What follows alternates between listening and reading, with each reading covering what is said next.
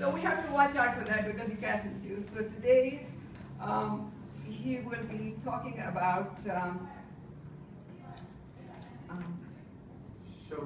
show me that you care. And please, a warm welcome for Tom. Rowena is my dear friend, and I'm not her friend. I remember standing at the graveside when my father passed away, and also staying at the graveside when my stepfather passed away. I lost two fathers in the space of a year and a half. It's kind of a tough time for someone who's only 12 and 13 years old. You're sitting there, you're not sure how to deal with life, you're not sure what life's going to throw at you next. I wasn't even old enough yet to be a rebellious teenager, because suddenly I'm thrust into adulthood. What I do remember, though, is that there's people there that tried to show concern and care. Some were successful, and some were not. And as I've gotten older, I've thought about what makes the difference about those people in our lives that are able to touch our lives, to connect with us, to demonstrate empathy, to show that they care, and those that don't. And recently I was reading in ancient writings about a man named Job. Do you know anything about the story of Job? You know, in a short period of time, he lost much more than I did. He lost 7 children. He lost his wealth. He lost his health. He lost everything. And some of his friends came and gathered around him to encourage him, to uplift him when this terrible things happened in his life. It's interesting to me as I was reading it, I'm like, what would they say? What would they do? You know what? For the first 7 days, they said nothing. For 7 days, they didn't give advice. For 7 days, they didn't say, oh, I'm so sorry, like people did when I stood at my father's graveside. They were just with him. And in tragedies of our life, when we face them, those tragic situations, the most important thing is someone just to be there. I don't know who it is, but someone once said 90% of life is just showing up. When people are going through difficult times, it's important to show up.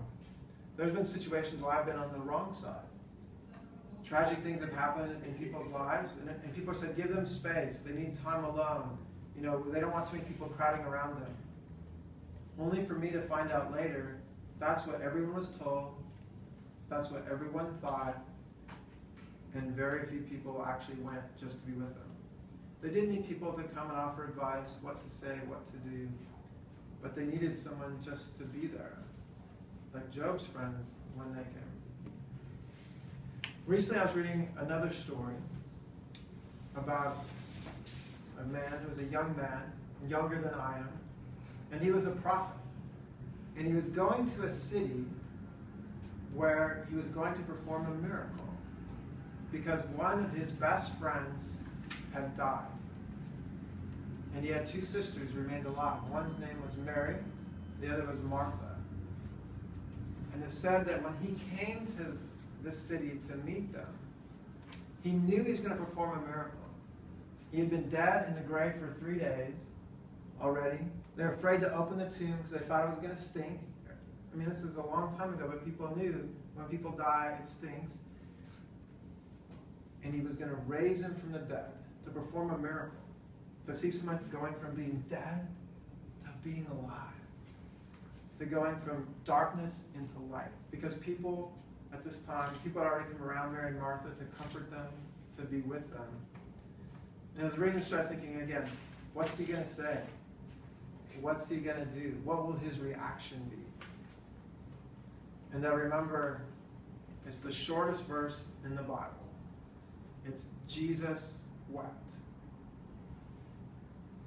The short sentence is just Jesus wept. And I thought, he didn't tell people you need to believe, you need to have faith, you need to do different things, you need to have hope, you need to, I understand your pain. It just said, Jesus wept. I know for me that I know somebody cares when they cry.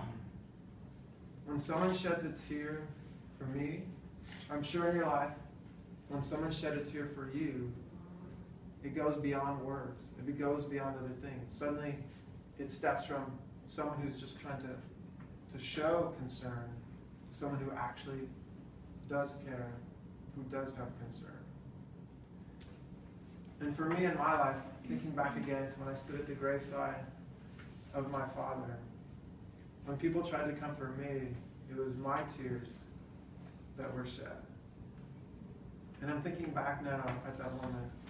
It would have meant a lot if someone just would have come up and said nothing and just shed tears of their own beside me to let me know, I'm here for you, I love you, I care for you.